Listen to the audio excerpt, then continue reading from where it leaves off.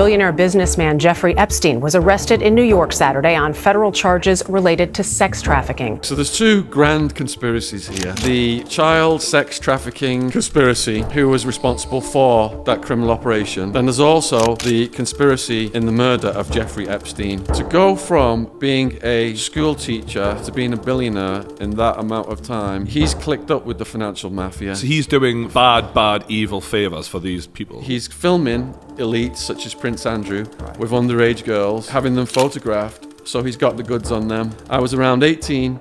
Epstein, Andy, approximately 8 other young girls, and I had sex together. So even though she was 18 and it's not an offence, she is witnessing other minor children in this orgy with Prince Andrew. This is the worst scandal to hit the royal family. Yeah. Epstein had the paedophile island, and he also had the Lolita Express, a plane with a bed, so it was out of any legal jurisdiction. It's flying around. He's got the victims trapped, into the sky, basically, on this plane, and the girls were servicing the customers. Bill Clinton is the sexual assaulter, cocaine head, rapist, philanderer. He was on the Lolita Express, 26 times? Disgraced financier Jeffrey Epstein has taken his own life while he was behind bars here in New York City. If Epstein had have lived and this had gone into the court system, all that stuff would have been looked at. That's why Epstein had to go, because of the people that would have led to. So this is the book of contacts that was taken by the police and is in the court system as legal discovery for these cases. This is a very bad guy. If he's got you in his book, all right, there's a chance you're not involved, but it isn't a good look, is it? There's a lot of wealthy people in here, powerful people in here. It's amazing how many.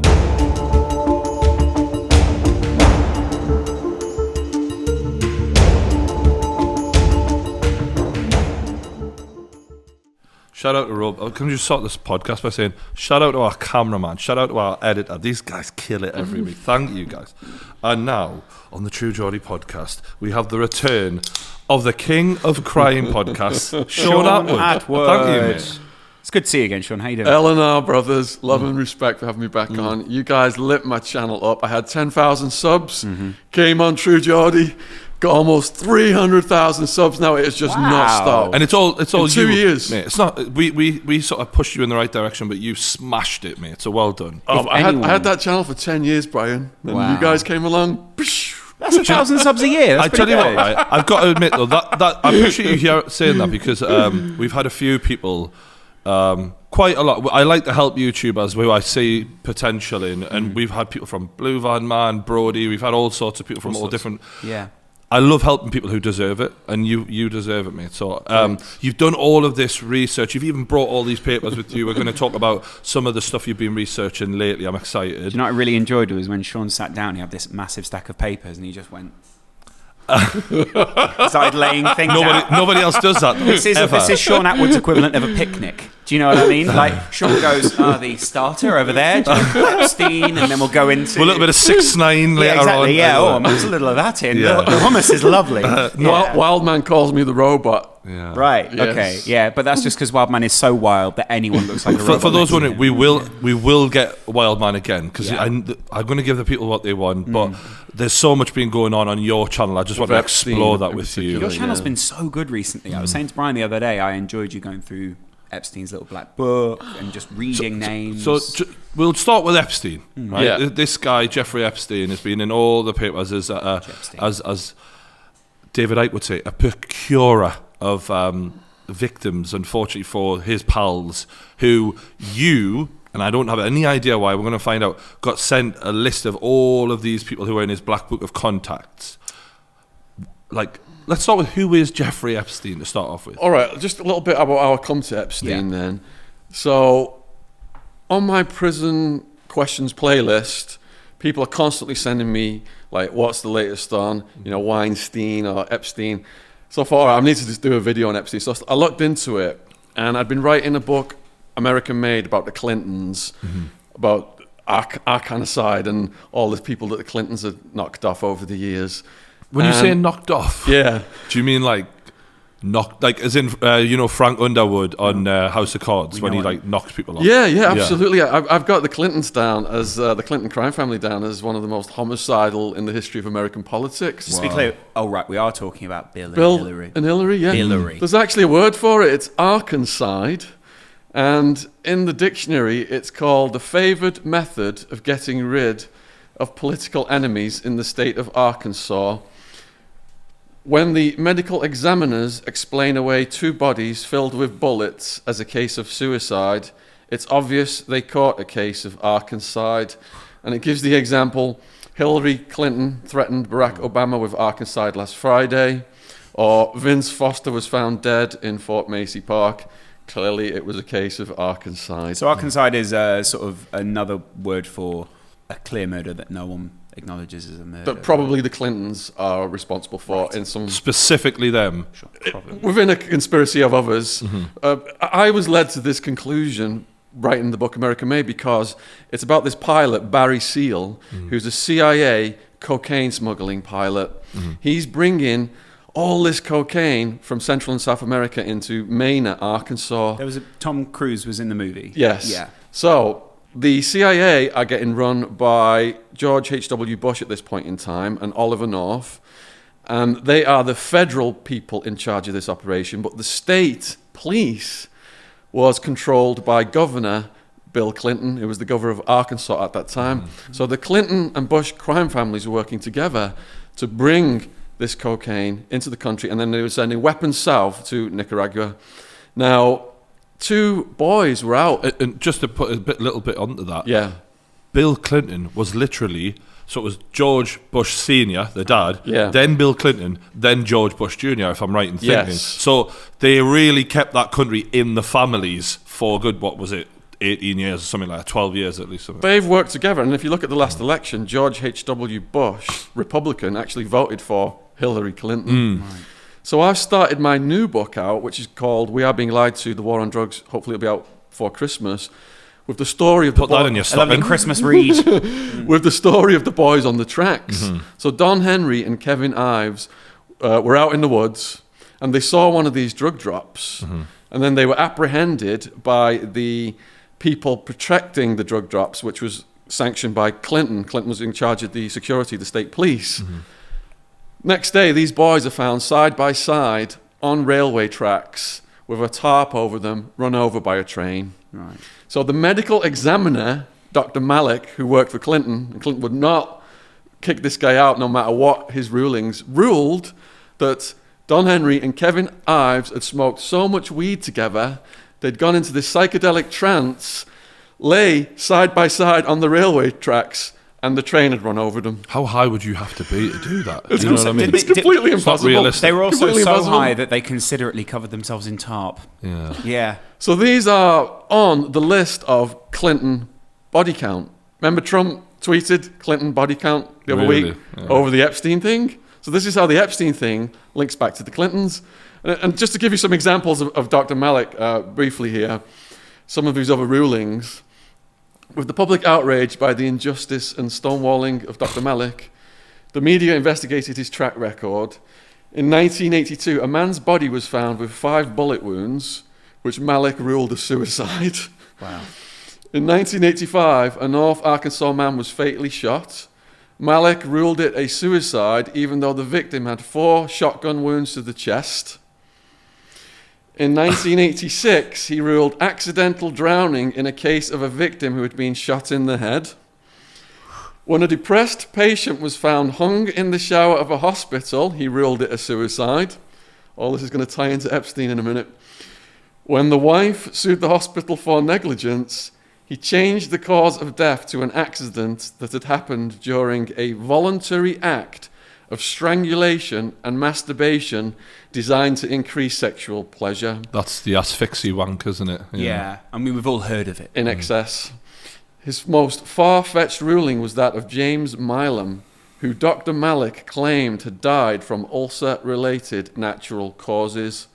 When Milam's skull was recovered, it was determined that he'd been decapitated with a sharp knife. Must have been a really bad ulcer to do that to him. Yeah, ulcers do develop knives. So this guy basically, it seems, is being anytime someone goes missing or something happens, the Clintons go, yeah, can you do the coroner job on that and just make sure this goes away? Exactly. Okay. Yeah. So the trajectory of this extends all the way to Epstein. Right. Is he involved in Epstein, this doctor, at all? No, this doctor's not. But this is their track record. If you look at Epstein now, his function for the elites, Bill Clinton, when he was governor of Arkansas, he had a similar guy he worked with called Dan Lasseter, who was a financial guy. He sold bonds, and they were washing up to $100 million a month of cocaine money through something Bill Clinton had set up called ADFA, Arkansas. And when you say washing, you mean making it legal, making it look like it's legal money. They set up a company called Arkansas Development Finance Authority, ADFA,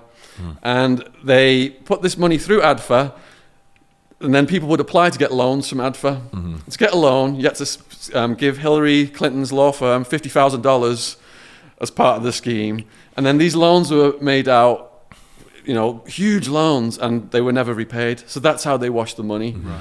The banks in Arkansas at this time became full of cash, and a lot of the cash was sent down to banks in Florida as well. So this is how a method that Bill Clinton has employed even prior to the time that he was president. He had a sidekick, Dan Lasseter. Dan Lasseter was handing out cocaine to underage girls. And I'm getting these testimonies from police who protected Clinton at the time, and also Larry Nichols, who worked for the Clintons, in ADFA. All these guys have blown the whistle on this. So Dan Lasseter, Clinton's sidekick, money laundering, he was handing out cocaine to underage girls and doing similar things to what Epstein was doing. Roger Clinton, Bill Clinton's brother, was arrested buying cocaine. And I've listened to the audio of that, and he's using the N-word, and he's using the N-word all the way through it. And he's saying, my brother Bill, some of this is for him. He's got a nose like a vacuum cleaner and all this stuff. He did have a weird nose. Clinton was hospitalized because of a nasal problem. Hay fever's a wonderful thing. He caused damage to his nose. He was hospitalized. Hillary went down to the hospital and told all the staff, if any of this ever gets out, nasal septum damage from cocaine abuse, it was. If any of this gets out, all your careers are going to be completely ruined. So I learned all of this from writing about this War on Drugs series of books, and it took me to this very dark place. And Epstein's just got all the hallmarks of this Clinton methodology. Right. So he was involved with the Clintons, and that is sort of the worst kept secret at this point. At what point do we see these two worlds collide? So just to go back a bit, where's Epstein in all of this? How did he start his career, and where did he come from? Okay, let's just briefly go over Epstein's history then. So he was born in 1953 in New York City, in Brooklyn. And his mum was a school aide and a homemaker. His dad worked for the New York City Department of Parks and Recreation as a groundskeeper and gardener. And then Jeffrey Epstein started working in September 1974 as a physics and maths teacher at a private school for teenagers. Now, a lot of paedophiles, they will try and work in the schools or get access to kids in care homes and stuff like that. He was working at this Dalton school on the Upper East Side of Manhattan. Now, the headmaster who hired him, and this is how incestuous this is all going to get as the conspiracy gets described more, that the headmaster who hired him is Donald Barr, the father of Attorney General William Barr, who is presently in charge of the investigation into Epstein's death. Wow. Yeah. So he was fired in 1976 from the school for poor performance. Now then he joined Bear Stearns. So when I was a stockbroker in the 1990s in America, I was with Joseph Charles, and we cleared through Bear Stearns. Bear Stearns was one of the powerhouse brokerage outfits, but they went out of business later on because of all that, the loan stuff, the corruption and the fraud on the loan stuff. So Epstein in 1976, he is a low-level junior assistant to a floor trader. So you may have seen those old school, videos of the floor traders and stuff. It's all computerized these days. Was that like when basically Wolf of Wall Street, when he first walks in and they're like, you are nothing, keep dialing and all that shit? Well, that's like the floor for the telesales operation, that is. The floor traders are all shouting out prices and stuff like that. And doing all these weird jackets and doing all these little weird hand signals. Okay. That looked kind of cool at the time. It did. Yeah. So he swiftly moved up to become an options trader. Now, I also started trading options when I was a teenager, and when I was in the stock market, I got the license for options. And options are, if a share is going to go up 10%, an option will go up 100%, right? Or you'll lose all your money immediately. So it's highly geared trading.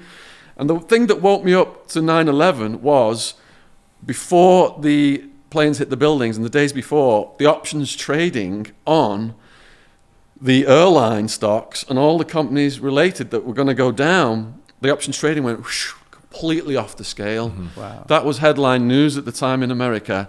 And they said, look, the only people who could have known this were the terrorists. This is a case of insider terrorist trading. These trades will be traced and we'll get these guys. And it completely disappeared out the news. Years later, I'm in prison reading a David Icke book, Alice in Wonderland, about 9/11. And he'd done research on it, and he found out that those trades were tracked back to an investment bank. Chairman of the investment bank was ex-CIA. So it was all completely linked to the CIA. Wow. And it all comes back to David Icke. Yeah. Good old David. So at that point, I knew that the game was rigged.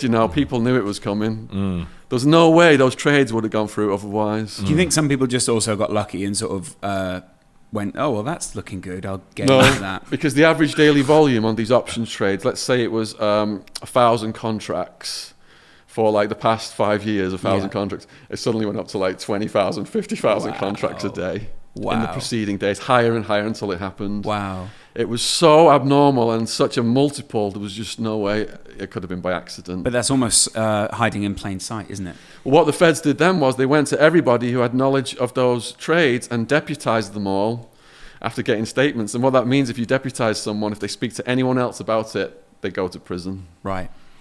Wow. So back to Epstein. Back to Epstein. Epstein's working within these places. So he's learning the ropes of the financial world, and he's rising up fast because he's an intelligent guy. Give him that. In finance, he was intelligent, let's put it that way. Yeah. Which he assisted clients in recovering stolen money. This is by 1981 now. He formed his own consulting firm, Intercontinental Assets Group. He described himself as a high-level bounty hunter. Then he started to brag to people that he was an intelligence agent. Now, when Epstein got his first sweetheart deal, when he first got arrested for these allegations and accusations, he ended up pleading guilty to soliciting prostitution with underage girls, which was the sweetheart deal. So the fact that they let him off the hook that time is what upset all of the victims, because they were basically labeled as prostitutes. If you criminalize victims as prostitutes, then the testimonies are going to be no good in court. But we're going to get to this later on when the case reignites again.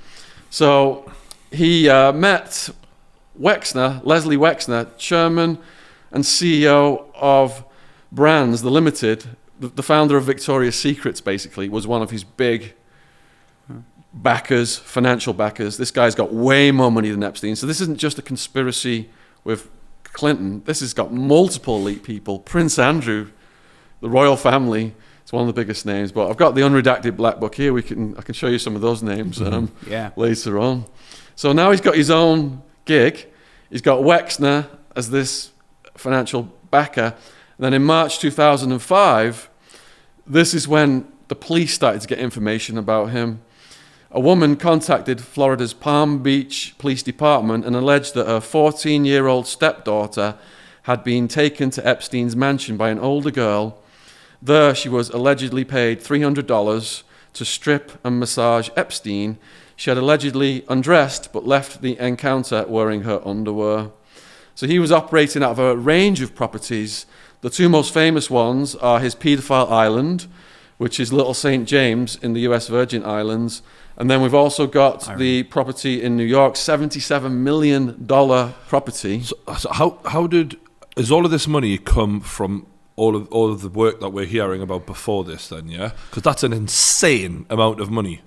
To go from being a school teacher from a modest background to being a billionaire in that amount of time, he's clicked up with the financial mafia. Yeah. And when I described what Dan Lasseter was doing for Bill Clinton earlier, I believe Epstein was performing that function to these other elites. So this isn't just from playing the stock market, and No. he's doing bad, evil favors for these people. What are the biggest sources of income in the world for these people?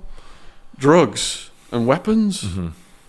And that's what these guys that's the money that they launder in these operations, because it ties into the intelligence agencies as well. So he's laundering money. He's not necessarily literally dealing in drugs and weapons. He's just helping them.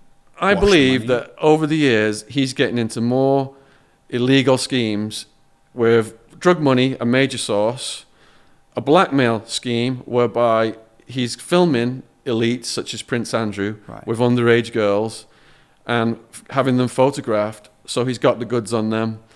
They're just two of the strands of the enterprise. Because there's not a paper trail for this level of money that he got in. It's like, I mean, to have an island, it doesn't surely add up to the amount of money that he would have made playing. If Epstein had have lived and this had gone into the court system, all that stuff would have been looked at. Right. That's why Epstein had to go, because of the people that would have led to.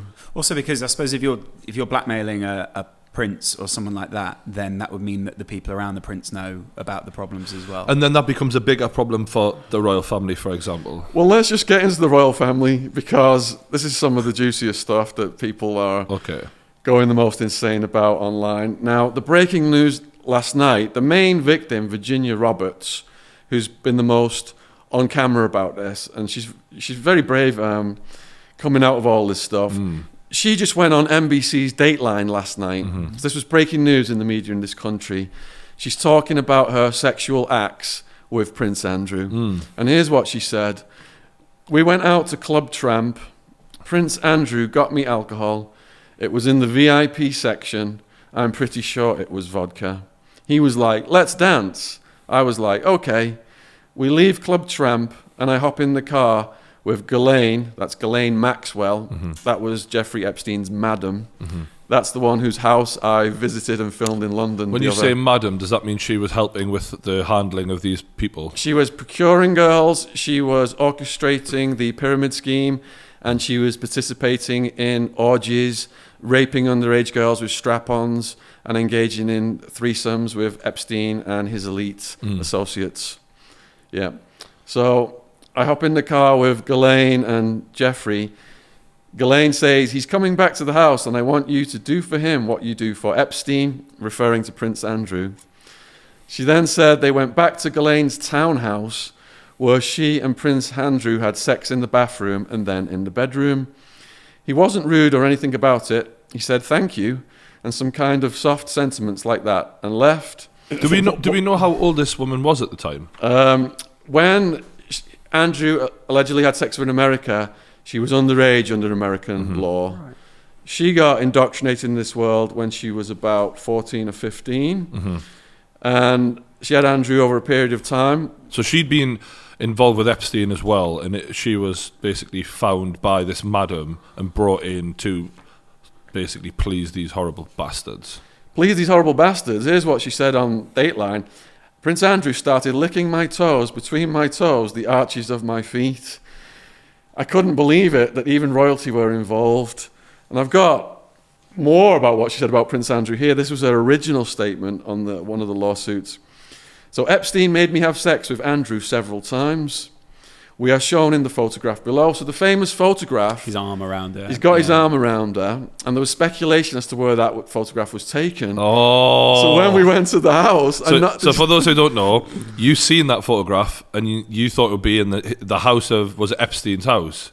We hoped it was going to be in Ghislaine Maxwell's house in London. So we went. So you turned up at the door, didn't you? And we knocked and rang and nobody answered. And as across the street, we're still filming, the door's opening, the cameraman's like, "The door's opening, get over there, get over there." So I run over and I start talking to the maid and I can see the banister, but my cameraman's like this on me. I'm like, get the banister, get behind me. It was right there, the white banister. So we confirmed that Andrew was in that house for that incident. So everything that she's saying as being, I mean, it's not provable, but it's added a lot of weight to it, the fact that you've went and confirmed that they were there together and it happened. And what's added even more weight is statements from the other victims, which I can get to as well about Andrew. So here's what she said originally. "I had sex with Andrew 3 times, including one orgy. I knew he was a royal, but I called him Andy. One day I was in London. This is the townhouse. I got news from Maxwell that I would be meeting a prince. Epstein told me it was a major prince and I needed to exceed everything I had been taught. I was to give Andrew whatever he wanted to make sure he got it. Andrew arrived with security guards. They went out of the house and stayed out front in the car. It was just Epstein, Maxwell and me. Inside, alone with Andy, I was introduced to him and we kissed formally cheek to cheek. There was a lot of discussion about Andy with his ex-wife and his ex-wife Fergie. Then Maxwell said, guess how old she is? And Prince Andrew guessed 17. Then they went to Club Tramp. Then there was the foot licking.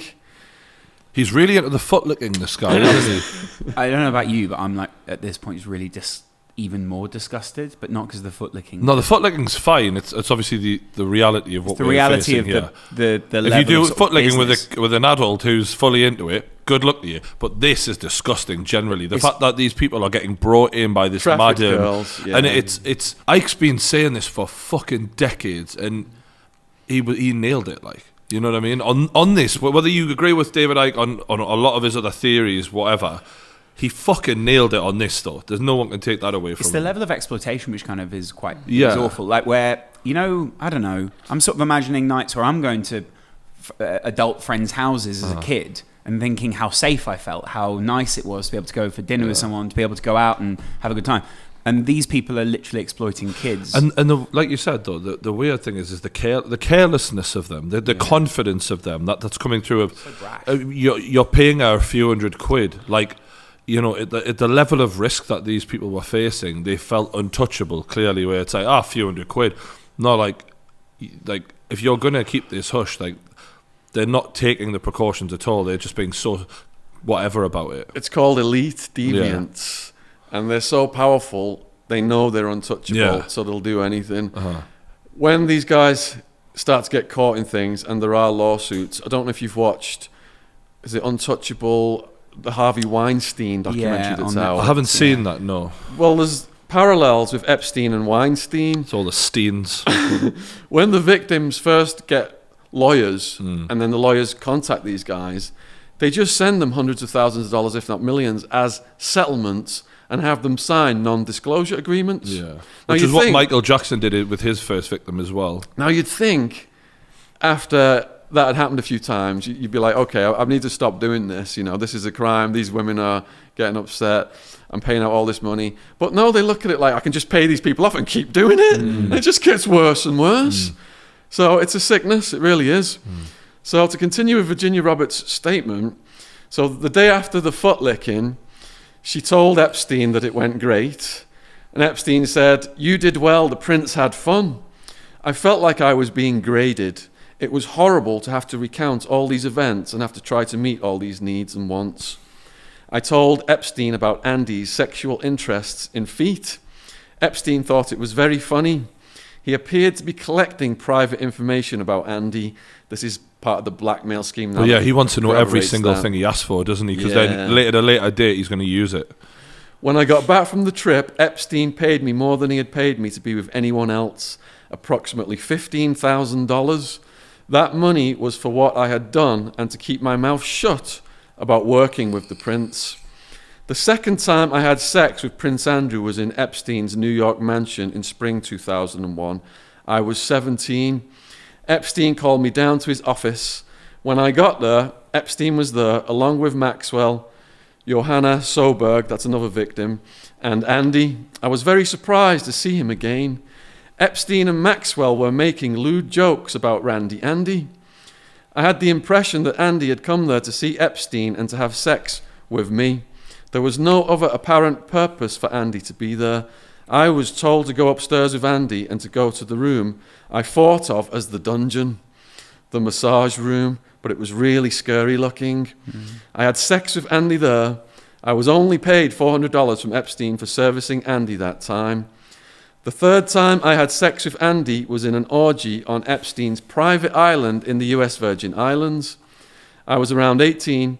Epstein, Andy, approximately 8 other young girls, and I had sex together. So even though she was 18 and it's not an offence, she is witnessing other minor children in this orgy with Prince Andrew. The other girls all seemed and appeared to be under the age of 18 and didn't really speak English. The major co-conspirators, as well as Madame Maxwell, is a guy called Jean-Luc Brunel, who run the modelling agency out of France. And he was procuring East European girls, Russian girls, people from poor families.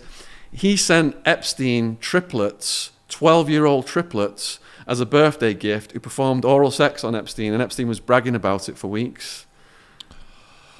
I'm a bit speechless at that. Yeah. My other sort of question is, do we know... So, was she basically sent home by these people? So it would be come, perform the act, and then go home? Or was it she would be living in the mansion with him and sort of...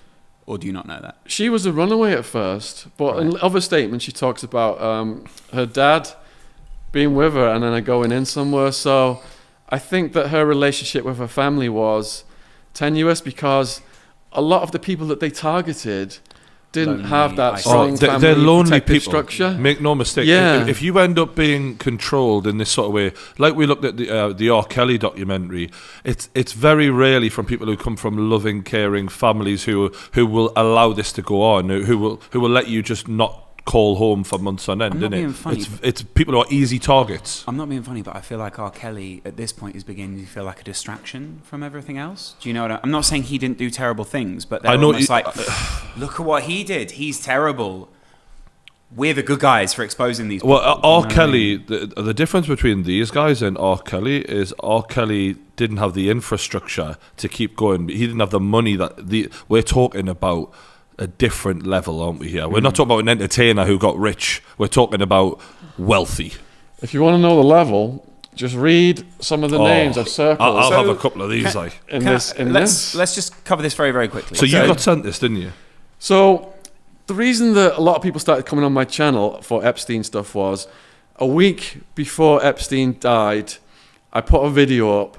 And a lot of people have said that he was going to die. I'm not claiming that's brilliant or anything, but I did actually describe that he would get killed in prison and it would be made to look like a suicide and Bill Clinton would probably be behind it. That's what I put up specifically. I mean, as predictions go, that's pretty close to the nose, isn't it? I mean, it's either that or we need the lottery numbers from you, Shaun. I really wish I'd put a bet on that. People started to come to my channel, became like the go-to channel for Epstein news.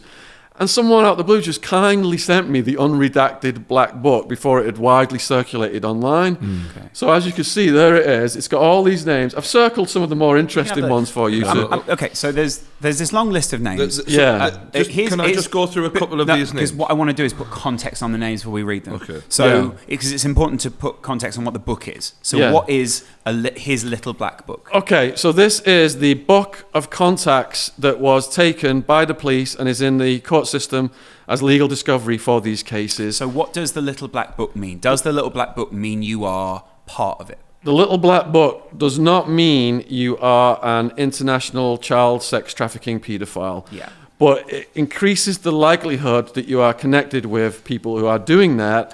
And by looking at how many... This is a very bad guy. Yeah. If he's got you in his book, like, all right, there's a chance you're not involved, but it isn't a good look, is it? No. You know what I mean? And if you look at how many phone numbers... If you look at the names and see, like, they've got one or two numbers, you know they're probably at Okay. distant. So just to put it into numbers. context, you're saying the more phone numbers, the likelihood... Why do you need to know every phone number he's got? Yeah. So this is a bit strange. So, for example, Liz Hurley, big celebrity, he's only got one phone number for her. Donald Trump, however, he's got about 15 phone numbers. 15 phone numbers? For Donald Trump. Trump has got for some one phone. reason, he really needed to know how to get in contact with Donald Trump. So why I'm not saying that Donald Trump is one of these people, but it's not a good look, is it? Can I also ask them why so many phone numbers? Are these why have so many phone? Would Epstein go down the list until he gets an answer, or what? What's the deal for having 15 phone numbers? All I can speculate is that the closer he was to someone, the more numbers he would need to keep in contact with that person. So can I go through a few of these, please? Because I like to feel like I'm in the know. I'm not saying I'd love to. I mean, if you really want to be in the know, head over to Shaun's channel where Shaun. We're doing a podcast right now. Thank you. But I'm just helping should we call some of them? So we've got, have you? For example, David Rockefeller. He's got a good 5 numbers for him. Mick Jagger, only 1 or 2, so maybe nothing was going on. I did call Mick Jagger, and it is disconnected, that one. Although Mick Jagger maybe just had 1 number. I don't know. Wow. Okay, it's getting. Kissinger, Henry Kissinger, who was described in the last podcast we did with David Icke for being a real piece of shit. Yes. Few of Kissinger's his everywhere. phone numbers. Any conspiracy, you'll find him. He's in every conspiracy, this guy. Yeah. He napalmed a lot of kids in Cambodia. The Kennedy family are all over here as well. Really? The Kennedy family have been a sort of cursed family. They've had so much bad luck in their history, haven't they? Yes. Courtney Love got about 4 numbers for her. Well, Courtney Love just came out last week and said Prince Andrew showed up at her house wanting sex. It's as if Courtney Love sort of likes mixing with these sorts of weird people. Well, Courtney, I mean, did you hear about? I mean, we're going off topic here, but did you hear about the conspiracy that she was behind the murder? Or I've watched the documentaries on it. Of fascinating. Kurt Cobain. Because it was the investigator she hired that made that documentary because he grew so suspicious. I genuinely, after watching that, was like, yeah, Kurt Cobain was probably murdered. Yeah. Sadly, because he was actually a really beautiful artist. Yeah. Who stood to gain the most from it?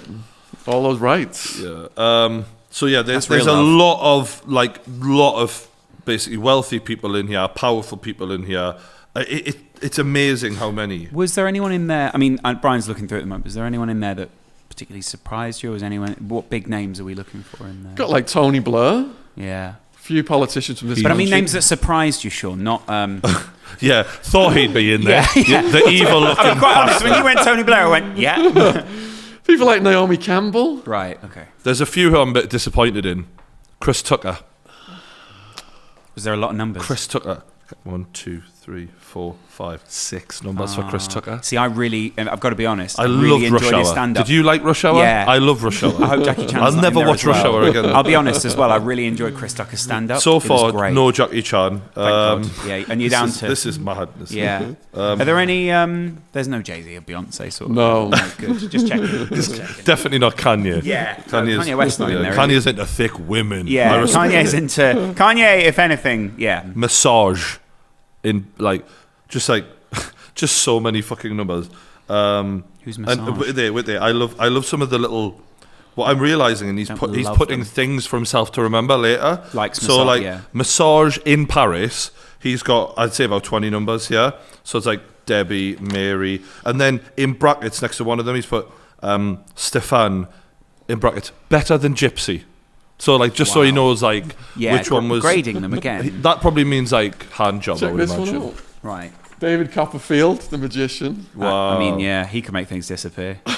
This is mad, isn't it? Wow. All right, so we get the point. There's a fuck ton of very famous people in there.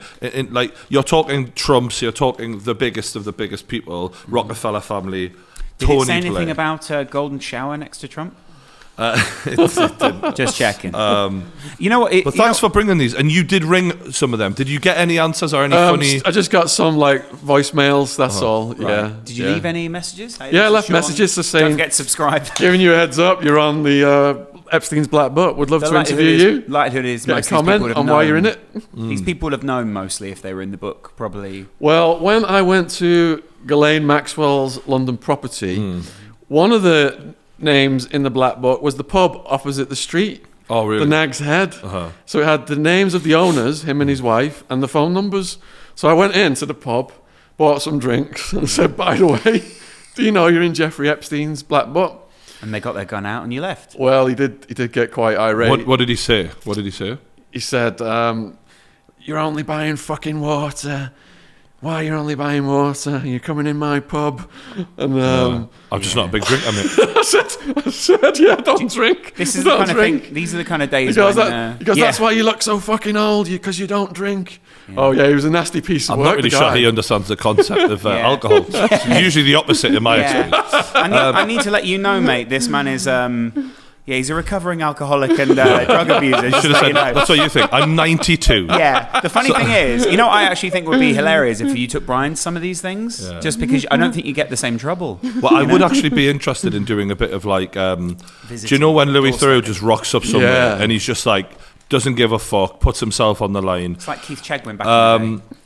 So I want to say I don't think Liz Hurley was involved in any of this. I think this is you wanting Liz Hurley not to be involved. Well, I don't don't. I mean, God bless her. She is a timeless classic, isn't she? He's also got weirdly UPS, just in case he needs a delivery. Do you know what I mean?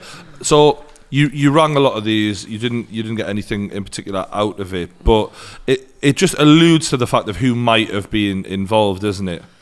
Okay, so there's two grand conspiracies here. There is the child sex trafficking conspiracy, who was responsible for that criminal operation. Then there's also the conspiracy in the murder of Jeffrey Epstein. And some of those people from the first conspiracy are my lead suspects in the second conspiracy. Naturally, because it's the people who've got the most to lose if it goes to court and it all unravels. Because, as we're saying in other big cases, when you've got a gun to your head and you're facing life in prison, you sing like a fucking canary. And I would imagine that's the way it would have went. Because why take the fall for all of these people? So Jeffrey Epstein, on his first sweetheart deal, like I said, he got the prostitution with the underage girls, and he was basically on work release for this year. Now, on his second arrest, how that came about was a journalist, very brave woman out of America. She was interviewing female prisoners. I think they were in the Florida prison system. And she found a commonality among a lot of them was they had been doing stuff for Epstein. When you say doing stuff?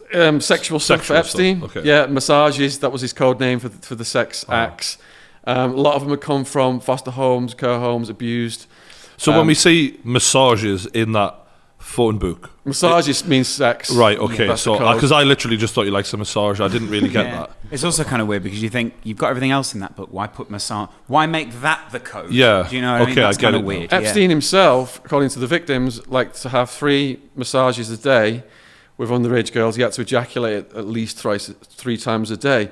And when one of the victims asked him why he needed to do that 3 times a day, he said it was, to him, it was just like eating food. Right. Wow. He just needed it like So we're food. talking... He didn't. You know when Yeah. people describe these like predators as like just like hungry, eat like animals almost. Like we're talking about someone who is just an animal. Like at that point, he's not thinking. He's just fucking. Yeah, Basically. They do almost. It's not really a everyday mentality, is it? These people are sort of turned over time to become this kind of character. Psychopathic child predators. It's unique. Yeah, there's not many. I don't believe there's many at that level of wealth. You know, Bill Clinton's got that. He was on the Lolita Express. What was it, 26 times? So can you explain what that means? The Lolita Express. Okay, so Epstein had the paedophile island, Uh-huh. which I mentioned earlier, and he also had the Lolita Express, which was a plane with a bed. So it was out of any legal jurisdiction. It's flying around. He's got the victims trapped in this, you know, into the sky, basically, on this plane, and the girls were servicing the customers on the Lolita Express. Now, How do you know Bill Clinton was on this? Sorry. Okay, one of the things that gave me a head up on who the conspirators are, the main suspects in the murder, are the people who protested the most about their innocence. And right away, Bill Clinton came out and disavowed Epstein. He then said he'd only been on his planes 4 times. But according to the flight manifest... Okay, so this is the log that will have it. Clinton was on it almost 30 times that we know of, at least. If you're going to have a paedophile plane, why keep a log manifest? Why? Is that sort of the law, though, that if someone gets on a plane... There are aviation laws. Right, That's so you it. have Which to is log every person who gets on that plane. Which Okay. makes it sort of a stupid plan in the first place. Well, it's also very stupid of Clinton to say only 4 times when he's going to be rumbled for it. So, Well, they can did it do come whatever out? they want and get away with it, so they don't care. Has it come out that he's been on, or is it just you and a few others? Who No, know it's generally accepted that Clinton has lied, that Clinton was on this Lolita Express almost 30 times, and that Clinton is deep in the mix, and that Epstein it follows the trajectory of Arkansas. And people wonder why Hillary found it so easy to forgive Clinton for fucking Monica Lewinsky, and it's like that was literally the tip of the iceberg, and she was well aware of it. That Monica Lewinsky thing was a publicity smokescreen for all the other stuff that was going on in Clinton's life at that point in time. He had multiple rape suits filed against him that he settled out of court. All right. So when you saw Hillary doing speeches and people showing up with Billy's a Rapist t-shirts during the election campaign, that's what was all about. And Trump actually brought to one of the events, he brought Bill's rape victims that he's settled with. They were all next to him in a row at one of the events. So why? Trump doesn't give a fuck, to be fair, like, does he? Well, Trump has already said that he knew Epstein was a womanizer, but the difference between him and Epstein was that Epstein liked underage girls. So He why said is- he liked young girls. So why has Epstein got Trump's number so much in his book?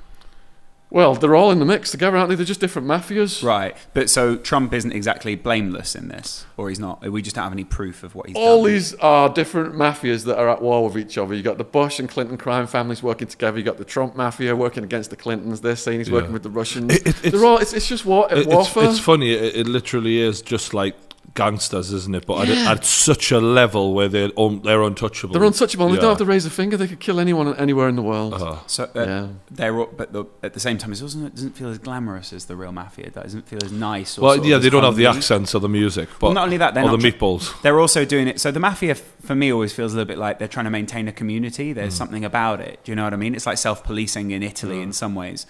And I know mafia did terrible things. These people are just doing it all for self-interest. Well, it's old school Italian mafia. You don't harm women or kids. Yeah. But these deviants, just trafficking girls from Eastern Europe that are kids and then having orgies with them and having them have sex with each other with strap-ons. That's a different level, isn't it? Yeah. Are you concerned that you might not have your facts right in regards to pointing the finger at the Clintons? Have you naturally investigating this before you go out on a video and say these things? You got to think, I better fucking have this right, because you haven't got you've got a lot of evidence, but you haven't got the picture, the thing that proves that Clinton did it. You've got 27 times on a plane that was used in a lot of sex crimes, but you haven't got the final piece of the puzzle here. Are you concerned that you might have it wrong? And you never will with the Clintons, because it all gets swept under the carpet. All of my research is based on the Arkansas State Police who work for Bill Clinton, the ones who are still alive, that is, and the victims' statements about what actually happened with them and these elite paedophiles. So the trajectory of the Arkansas murders, I believe, goes all the way to Epstein. I'm not saying that Bill Clinton solely was the grand conspirator, but I think he is definitely at the top of that pyramid. So I've written extensively about Pablo Escobar. So let's say the Cali cartel and the Medellin cartel are not at war, they're at peace. So say someone in Cali has pissed off Pablo Escobar and that person's got to go. So Pablo Escobar would get on the phone to Gilberto, the head of the Cali cartel, and say, this person's got to go. Now let's look at this in the context of Epstein. So you've got the legal eruption was in America. The liability was there. Who's just come out of government in America? Hillary Clinton. They've got a massive power base in politics in America. Who's the other person who's got the most to lose about this? Who people are focusing on? Prince Andrew, the royal mafia. So you get the royal, Prince Andrew puts a call in to Clinton or whoever over there. They've got a common goal. This is on your turf. Yeah. You got to clean this up, basically. Yeah. That's how I think it went down, something like that. In regards to Clinton, you've got a bit of proof in that he silenced people. Have you looked into the testimonies from those victims, or are they completely silenced? Have they? Because you know how they have to sign in an NDA or whatever. Have any of them spoken out after that or not? Well, some have done stuff over the years. They did stuff with Trump, so I'm not exactly sure under the terms of their non-disclosure agreements how they were able to do all that. But some have spoken out, and anyone can Google online Bill Clinton, sexual assault suits, non-disclosure agreements, and you'll see all that stuff will come right up. I suppose in a non-disclosure agreement, if you're just sitting there as part of a what most people say is a random group, you've not legally disclosed anything. You could be sitting there just randomly, couldn't you? Like in The Godfather, when they brought in the relative and he was about to testify. Exactly. That's a mafia move, right? This person just happens to be there, and Bill Clinton obviously knows who that is. But yeah. So can we go into the circumstances around Epstein's death now then? Yes. So you described how the second time the journalist found out he'd been going with these women in the prison. What happened from that then? How did he get... Because he was on day release. It seemed like he was allowed to leave the prison during the day. Okay, so when one of these elite paedophile power players is uncovered at that level, they'll sacrifice the lower level in a heartbeat, but at the higher level of Epstein, the paedophile circle will protect that person as far as possible. So in the first case, the sweetheart deal, Acosta was the prosecutor who handled that for the paedophile circle. He was Epstein was given this pass. And Acosta, has took all this criticism for that, and he was part of Trump's government now as well. So Wow. this all, like I said, the incestuous thing. Once the media frenzy gets so big that this powerful circle can no longer protect even a high-level player, then that player gets sacrificed. So with Jimmy Savile, they protected him, and he died. To the end. To the end. Yeah. They protected him to the end. With Epstein, they've tried to protect him on the first round, but on the second round, he had to go. So with Savile, because he was really, really old, when it all came out about him after he died, there was no need to worry because there was no he wasn't going to uncover any, he wasn't going to give any testimony. So it was like it all died with him. Whereas they didn't have that luxury with Epstein, did they? It's the criminal case, once it gets into the court system and things are documented legally, certain government agencies have to act on that information. So that's why Epstein was killed, because to stop that from arising. And that's why Ghislaine Maxwell and Jean-Luc Brunel will be next. So before we get into that, the second case happens after that brave journalist who you mentioned uncovers more of his issues. Yeah. Is that what led him to go into this prison cell where he eventually killed himself? Well, allegedly killed himself. They couldn't protect him anymore. He's now saying that he's going to start giving up names. He says, I'm going to give up 5 names because he wants to cut a deal to try and get his sentence reduced. He's getting legal visits all day long. There's no way he thinks he's going to lose this case. Again, he's thinking, I'm going to play the system. He's got this thing called a double jeopardy motion filed in the court system. And what that means is you cannot be convicted twice of the same crimes. And here we go again, round 2 for the same crimes. So he thinks he's going to play the system again and get out of it. He's even telling his lawyers, this is going to work out. Even right up until the end, he's got all these legal visits all day long. He's in good spirits. But if you go to 3 weeks prior to his death, that's when the weird things started to happen. So we've got the 2 grand conspiracies that are described, and we've named some of the major players. And there's probably a lot more people out there that are co-conspirators. But now we've also got to look at the methods of the murder and the instrument of the murder and how that was played out. Because I do have a suspect of the instrument who either did it or has knowledge of what actually happened. So to my knowledge, there was a suicide attempt before the final day he died. Is that right? When he was in 3 prison? weeks prior to his death, he was found unconscious in his jail cell with injuries to his neck. Now, in prison, there's a rule when you go in. I think we talked about this in Wolf of Wall Street 1, where the gang members come up to you right away, and it's a charge check. What are your charges? So if you've got a sex offence, it's KOS, kill on sight. And these gang members will do that right away if you're going to get attacked at the very least.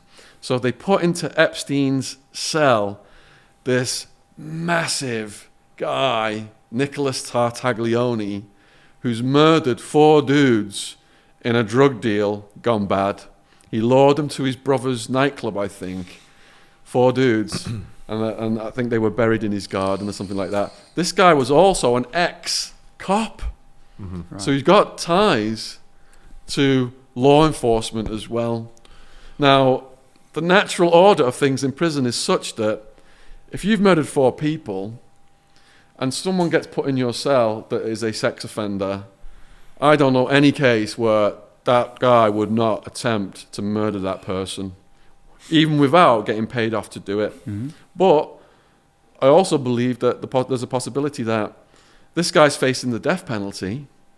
Someone could have said, hey, do us a favor here and we'll only give you life in prison, or we'll give you 25 and you'll be up for parole after 25. There could have been some kind of quid pro quo like that. Because if you look at photos of this guy, Nicholas Tartaglione, it's like, oh my God. Are they openly available online? Yeah, Nicholas Tartaglione. Google images, boom. Put Epstein's cellmate, Nicholas Tartaglione, and you should flash a photo of that up on the video just so people can see. Our editor will be right. Wow. If ever there was Is he a big guy? if ever there was Look. He's got a lot of dogs though. It's quite sweet, really, isn't it? Yeah. Mate, he's a fucking giant. He's a killing machine, isn't he? Squeezing someone's head off their fucking shoulders for him wouldn't be too much trouble. He could rip Epstein's head straight off. No problem. Pop it off. Yeah. Okay, so let's go back to the 3 weeks. He looks like your worst nightmare as a cellmate. Oh my God, he looks even bigger in that. Look at that. Yeah. Let's go. Get to that size in prison? They get steroids smuggled in. No shit. Man. So Epstein is found unconscious in the cell 3 weeks prior to his death. Epstein said to his lawyers that he was attacked by this guy. And after the incident, he was placed on suicide watch. 6 days later, on July 29th, he was taken off suicide watch and placed in a special housing unit with another inmate. Epstein's close associates said he was in good spirits. Now, if you're going to take someone out in prison, you've got to make it look like a normal method that prisoners use to kill themselves. Mm-hmm. And there's all kinds of different methods prisoners use to kill themselves. Mm. So you go hanging, people can just get bed sheets, try and hang from the ceiling or the windows, or they can just lean without even really? Put their own weight on them, or flush the sheet down the toilet and lean it. I had ex-prison guard on my true crime podcast, Neil Samworth, and he was talking about, he found a corpse that was just leaning like that forward. That's how he'd hung himself. A hot shot, which is an overdose of heroin. 90% of prisoners injecting drugs where I was housed. Gang member doesn't like you, sticks a needle in you, overdose heroin. Guards find that's just another dead junkie as far as they're concerned. Mm-hmm. Jumping. You got people jumping off balconies. Sometimes in Sheriff Joe Arpaio's jail, they wouldn't even die. They'd just break their legs, break their spines, and they'd still be alive in the jail. You got suicide by guard. I once saw this guy just run past my cell. He had like a neckerchief over his face with like a 1 foot long shank. He's at the fence just yelling at the guard, yelling at the guards. They bring out a SWAT team with live rounds and they're all just facing him and they're going to just mow him down, but he backed down at the last minute so they didn't kill him. But yeah, if he wanted to just run at them. Yeah, and they're going to just wipe you out. Yeah, exactly. You die pretty quick that way. Yeah, then you got hunger strike, and you got people doing crazy stuff like drinking bleach, eating razor blades, all kinds. So of all of those methods, if you're going to whack someone in a jail, I reckon hanging and hot shot are going to be the two easiest to facilitate to get away with it. And hanging seems like the one that would be the most believable, that he did it, and therefore, right, there's nothing to say here, let's all move on with our lives. How easy is it to just choke someone out and put them to sleep? Well, yeah, I mean, if you watch any UFC fight, you'll know how to do that pretty quickly. So this guy could have been choked out and then just, we'll just pop the bed sheet round his neck afterwards, and there you go. Sprinkle some crack on it. Yeah. Run away. But not only that, the video footage from around that time in the prison. Oh God! The cameras all malfunctioned. It's 9/11 all over again, Lawrence. This happens a lot. Yeah. Whoever's installing the cameras. Can I ask you a question? Yeah. You work with cameras all the time. All the time. How often does the cameras fail? Unless it's Roven working with them, they don't malfunction often. I'll be completely honest. I'll have a bad word said about him. Yeah. So that makes it massively suspicious. And the guards on duty all fell asleep. No way. To be fair, was a Sunday night. So. Yeah. Can I ask? So, do you know where? Do you know how CCTV in a prison works? Yeah. So, does it go to one central place? What does it do? Like, do you necessarily know that, or does it go to an office in the prison, or does it go to somewhere else where it's then kept? Okay, so where is it recorded? Yeah. In Sheriff Joe Arpaio's jail, where guards were murdering mentally ill prisoners, and I've got videos of them doing it on my YouTube channel. I obtained that footage. So just to be clear, you know, Shaun, earlier when you said, I don't know why I'm getting demonetized. I mean, literally, pal. You probably have better luck if you just knocked a wank out and uploaded that. You know what I mean? Absolutely clear, Shaun. You're a smart guy. Come on, let's connect the dots. Okay, so how did you obtain that footage, for example? Okay, all of the cameras are viewing all of the major areas, right? Like the day rooms and the hallways, and the prisoners going in and out of the cells and stuff like that. And some of the cameras can see into the cells as well. So all that footage is stored by the agency running the prison. So that was Arizona State in my case. In this case, it's the feds that would have had that video material. Now, that video material becomes obtainable when there are lawsuits and people suing court, and it forces the prison to release the footage. Right. So in the case of the clip I got, family members of the victims of the guards sued the jail, and the jail was forced to release that video footage through the federal court system. Right. So that's how this footage comes out through the courts. But if the cameras have malfunctioned, you get can it. file suit all day long, it's never going to come out. If the guards have fallen asleep, and if Nicholas Tartaglione has got earbuds in that night, so he conveniently can't hear anything.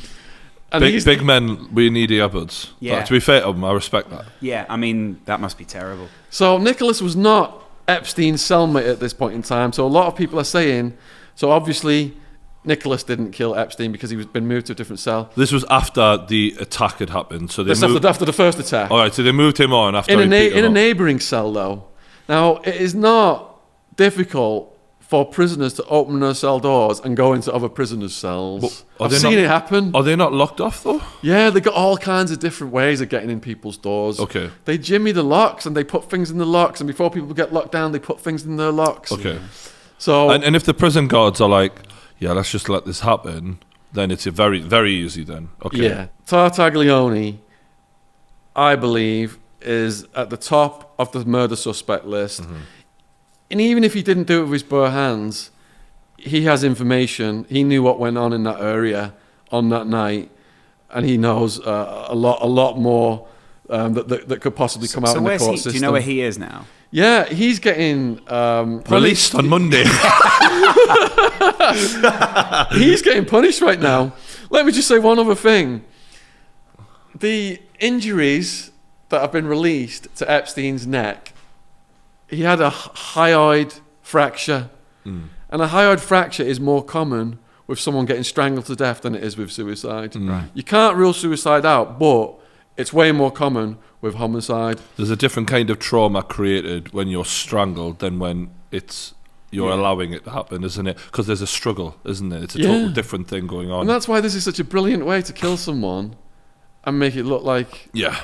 a death is by strangulation, because there's that overlap between the two. So the marks were more consistent with being choked than hanging himself, one expert said.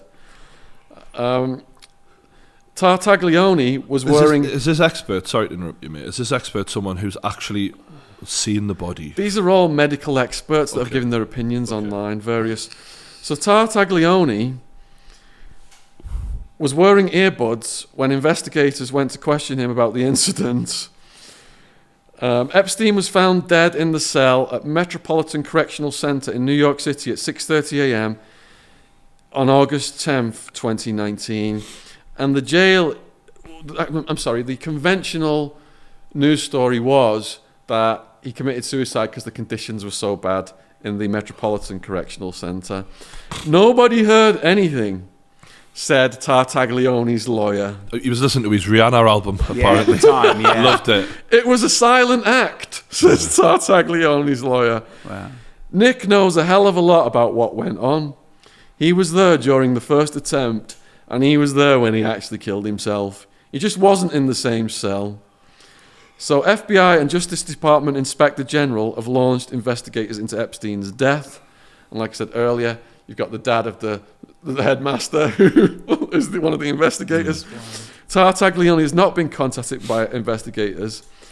He's facing the death penalty, and whether or not he'll be in a position to cooperate remains unclear, his lawyer said. He'll be next though, won't he? They'll bump him off next because what they'll have done is they'll have agreed something with him and then they'll get rid of him. Well, he'll be like with Kennedy. It was Oswald and then Jack Ruby. he went off, didn't he? Tartaglione certainly has information that would be very valuable to the investigation if they want access to it. So Tartaglione, they're saying that he's been kicking off about the conditions, so they've been punishing him for that in the jail. Right. Big men get uncomfortable easy. I empathise with them a lot. Yeah. So you then said that there was two other people who you felt were co-conspirators who would be next in line to magically disappear somehow. Who are they? So we got Ghislaine Maxwell, and I've already described. So that was the pimp, Madam Maxwell. Okay. Yeah. And when you went and knocked on the door, sorry, Who was that? Sorry, a cleaner. relative. No, cleaner. that was a cleaner. Oh, right. Yeah. So was she just like, yeah, I've got no idea what you're on about, mate. Yeah. I'll just clean. That cleaner Yeah. got I sacked. bet you that pretty cleaner's sharpish. probably seen some shit, though. You know.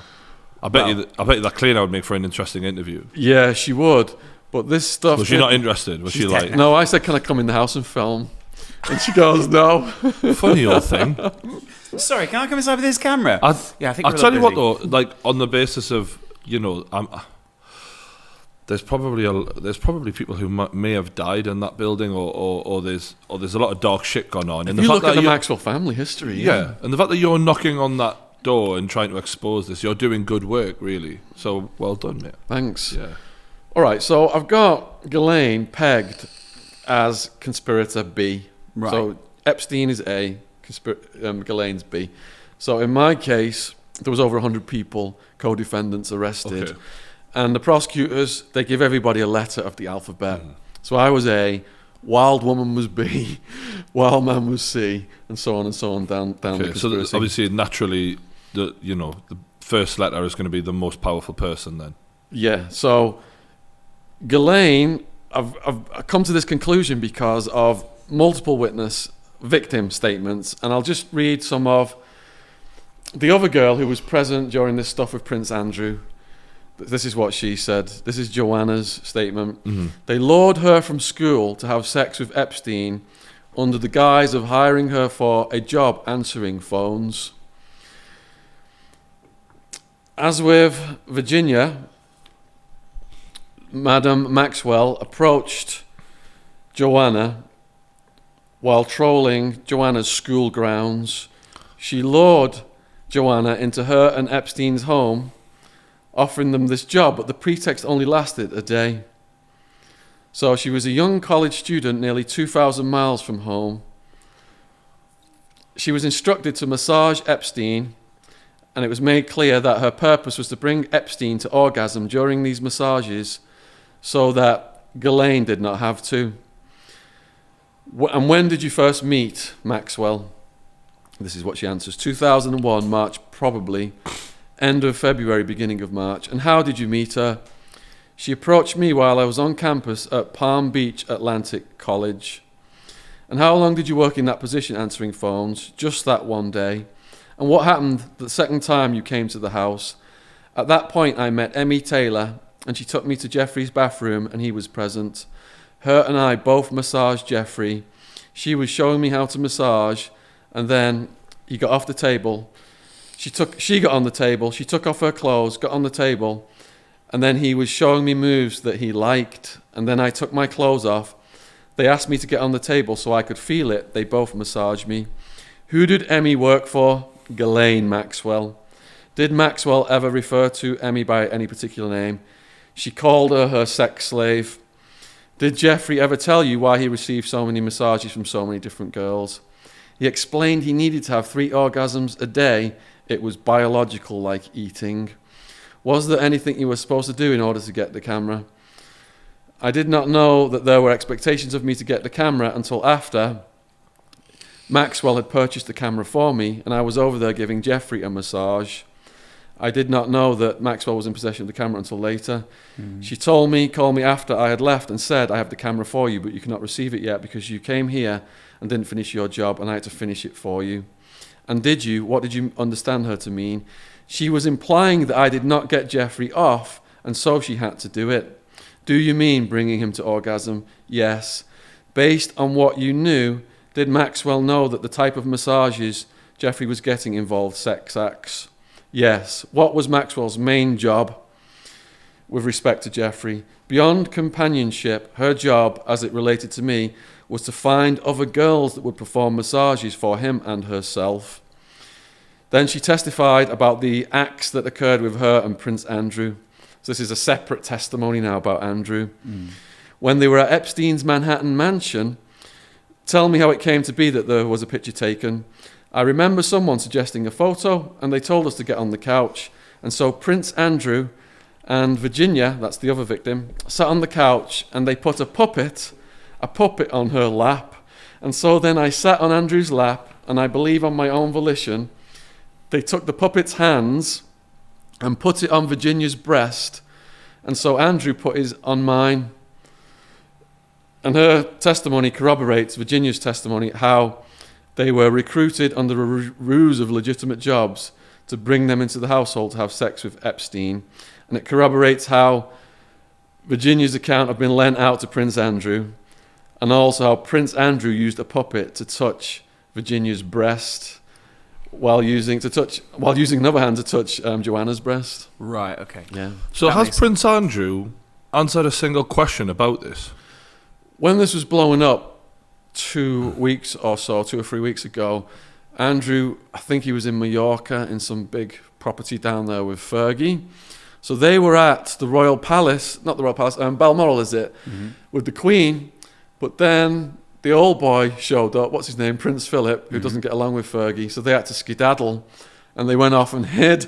Now I know someone, so I have some contacts close to this, and they said that they were at Farnborough Airport, Fergie and Andrew, completely surrounded by Secret Service people and bodyguards, and they wouldn't talk to anyone, and they just completely left the country in a hurry, hoping that this would blow over. And then they put out some little petty royal stories about other things to try and get the heat off them when they came back. You saw some other stuff making headline news. I just obviously brought this up on my phone. This was on the 19th of August. They used a picture. There's a lot of pictures. Prince Andrew seems to have been friends with Donald Trump for decades, by what I can see on Google here. Yeah. Prince Andrew says he's appalled by Jeffrey Epstein's alleged crimes. What a ridiculous thing to say at this point. Like, we all know it now, mate. Come on. I mean, so many of these could still be appalled. No, but so many of these victims are coming out and being like, yeah, he was there. It happened with him. Like, they're all saying it. Well, the ones who are denying it the most have got the most guilt, as far as I'm concerned, and that is Prince Andrew, Bill Clinton, and Alan Dershowitz, the lawyer. Do you know if Hillary was involved? Hillary. Okay, so Bill Clinton is the sexual assaulter, cocaine head, rapist, philanderer. Hillary Clinton is the balls of the operation and the brains. From my research, that's what I've been led to believe. His early victims with the sexual assault suits that was settled, Hillary Clinton had people, private investigators, finding out all of these early assault victims, not because she was jealous of Bill and she was going to tell him off, but to have people go and threaten their lives so that his ascendancy to the presidency would not be impacted. Right. So she has got a complete heart of ice. So what you're also saying is that the last election was really a battle, like a mafia battle between the two. A complete mafia battle. Right. And at the top level of international mafia right now, Donald Trump, the Don, has got Prince Andrew by the balls, because let's say the Queen of England had been in one of these sexual orgies with the underage girls, she would have diplomatic immunity because of her status. But Prince Andrew doesn't have the same level of diplomatic immunity. Well, that's what I was wondering, mate. His diplomatic immunity rests in a decision by the president. The president. Who just so happens to be his mate for 20-odd fucking years. Yeah. So Donald Trump actually could come out quite well in terms of power plays. Because now they're gonna love old Donald. Now they're gonna be like, thanks for looking after us. A lot of people say it's not a coincidence. Yeah. A lot of people are saying it's not a coincidence that the sweetheart deal that Epstein got happened under the Obama-Clinton regime, and that it's come, the second round has come out under Trump. Right. Perhaps it's some kind of power play dynamic involved there. Because he's very good friends with Trump, clearly, from all these fucking pictures they've got together, and he goes way back with Clinton, no doubt. Does Obama get mentioned a lot? Yeah, I love how, because Loz loves Obama. It's like, oh no, not Obama. No, anyone but Obama. Well, actually, the thing is, so I really enjoyed Obama's book, and obviously at the time, I think we all want to like him, though, don't we? Everyone wants to like him, but like for instance, today with Clinton, now I'm like, in the past I've heard lovely things about what Bill Clinton's presidency has done for certain people, and obviously that doesn't stop that. But I hate him now. So let's try. Can I hate Obama now as well? Or do we have to? Obama's not been sloppy if he's got any dirty laundry. He is squeaky clean, isn't he? Yeah, it's been cleaned up. Squeaky clean. So what you're saying is you don't get to that status, though, unless you've done something or unless you've been involved in some way. From my research in the book America Made, and We Are Being Lied To about the war on drugs, I believe that Clinton was able to become the president of America because he played ball with the CIA and George H.W. Bush by providing all of this security to the cocaine importation operation. Larry Nichols, who worked for the Clintons, said there was $100 million worth a month of cocaine money getting laundered in this operation. A lot of that went to help Clinton become the president, whether it was paying for people to go out and campaign for him. A lot of it went into his election campaigning. Yeah, they were scratching each other's back. So then the baton was passed on for the presidency, even though they were on opposite sides of like left and right, and then he passes it back to George Bush Jr. Well, that's like what Ike said to us last week, post-podcast, where he said it doesn't really matter what side you're on, either way they're at the top. So just to go in on Prince Andrew, am I right in thinking, is he the brother of Prince Charles? Is that right? Yeah. Right. Prince Charles will get it next. Well, is he the brother? Wait, so he's the brother of Prince Charles? No. So wait, Prince Charles seems to have a fetish for just really ugly women. But anyway, and then Diana. Can you imagine him going, "God, I've got to shag Diana," and he's like, "I fancy the other ugly one." Yeah, it's not really my type. Beautiful women. Yeah, I'm sort of like she's gorgeous, Prince Charles. I know. I don't want to have sex but with the her, thing but is, I will. So what I'm thinking, that the royal family, this is the worst scandal probably since the death of Diana to hit the royal family. Yeah. They cannot be seen to just go, yeah, we had nothing to do with that. The amount of people I just Googled it on news, and like 9 hours ago, there was a woman coming out saying, yeah, he abused me, and in the what you said in the bathroom is there. What the fuck happens now? Like, they have to answer to this. So when the first round of allegations came out from the victims, and Andrew is vehemently denying this and categorically untrue and all this stuff, well, videos started to get leaked out, didn't they? Yeah. Of Andrew peeping out of Epstein's New York property and waving to like these girls, and Epstein's out on the street with another girl. So you can see that he's deeply in the mix. Are they resting on the fact that Donald Trump is going to have to just sort of let this all blow over and not take action? Donald Trump could use this as a power play and be like, look, I've got all these guys by the balls right now.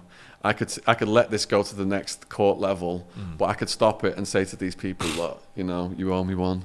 I'm going to expand my empire in Scotland, or whatever he's going to do. Yeah. This is mad, isn't it? So you're saying we're due for another term of Donald Trump? Donald Trump re-election confirmed. Yeah. Wow. Okay. I think that he will win because... they've also not got a viable alternative, have they, to him? And the irony is that the main guy right now who is opposite Donald Trump is... Bernie Sanders. Bernie Sanders, but or also... Beto. The guy who was the vice president of Obama. Is he? Slicked back, grey hair. Joe Biden, yeah. Joe Biden. Well, ironically, look at all the footage of Joe Biden touching up all those fucking kids as well. Like, this thing where I came on and said, there's a satanic sort of pedo element to the elite and the power mad people who are trying to run for office. Like, there's bound to be some good guys out there. There's bound to be some people up there who just want to make a difference. But I mean, fuck me, when you watch Joe Biden, you watch the way George Senior was around. You've seen the videos of him touching people inappropriately as well. George Bush Senior is... Oh, grabbing asses. No, he's a bit, but yeah, it's not just that as well. It's a creepy element of it. That was his illness, though, wasn't it, Brian? You've heard, you've heard the illness excuse. I don't think you can get to the presidential level unless you're going to play ball with these guys. Yeah. Or they've got the goods on you for something deviant that you've done, like with Clinton, all the stuff he did with the women.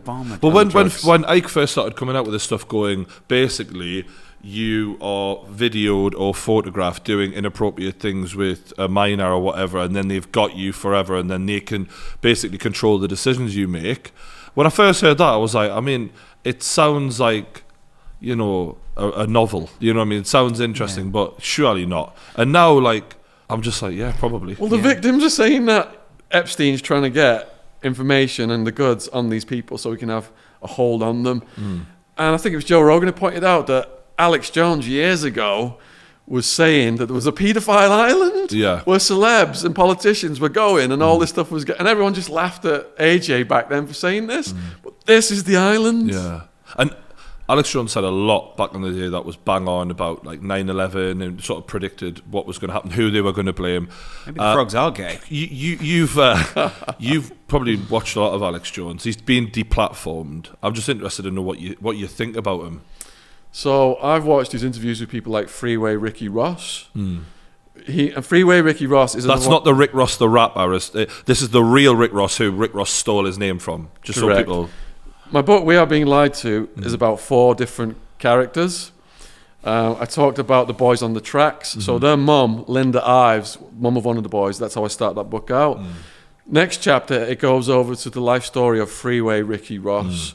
So Freeway Ricky Ross, born in Texas, his mum, dirt poor, his dad left him, just him and his brother living with his mum. They move over to California and he's in school. Some of his mates start saying, yeah, we're making all this money selling this stuff, cocaine, to these white, jock-like college kids. And that arouses his interest because he's seen movies like Superfly that have glamorized the drugs lifestyle. So he starts this cocaine business and ends up becoming the biggest cocaine crack overlord on the west coast of America. But what he didn't know was, I talked about the pilot Barry Seal earlier, the cocaine coming in that was sponsored by the CIA. His supplier, Danilo Blandone, was part of that operation. He was bringing it in for the CIA, money going down to fight this war with the Contras in Nicaragua. So years later, when Rick Ross is in prison, a journalist called Gary Webb, now this is the third person my book is about, is Gary Webb. The fourth person is Kiki Camarena, which Narcos was about, the Mexican Narcos season.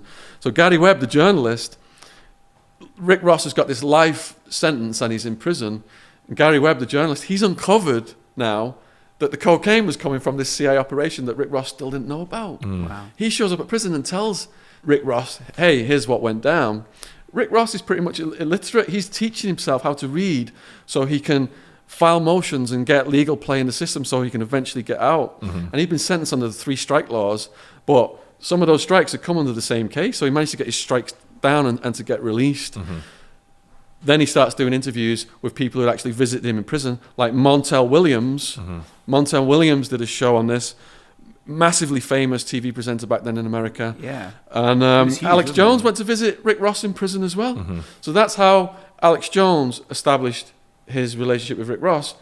And he's just done another interview with Rick Ross in the past couple of weeks, talking about, how Rick Ross's life has turned out and what Rick Ross is doing. Now he's going to schools and doing talks to people as well. So all this ties in. But the fact that the CIA were, we're led to believe that the government are here to protect and serve us, but they were the ones who were bringing in the cocaine into the fucking country, and the Clintons were behind it. To be fair, they protected the cocaine. They served it right up. They've done the good job. Good. They've chopped it. Yeah. Okay, a lot of these elite families, their money is based on drugs, or a lot of it has come from the drug trades, and that includes the royal family.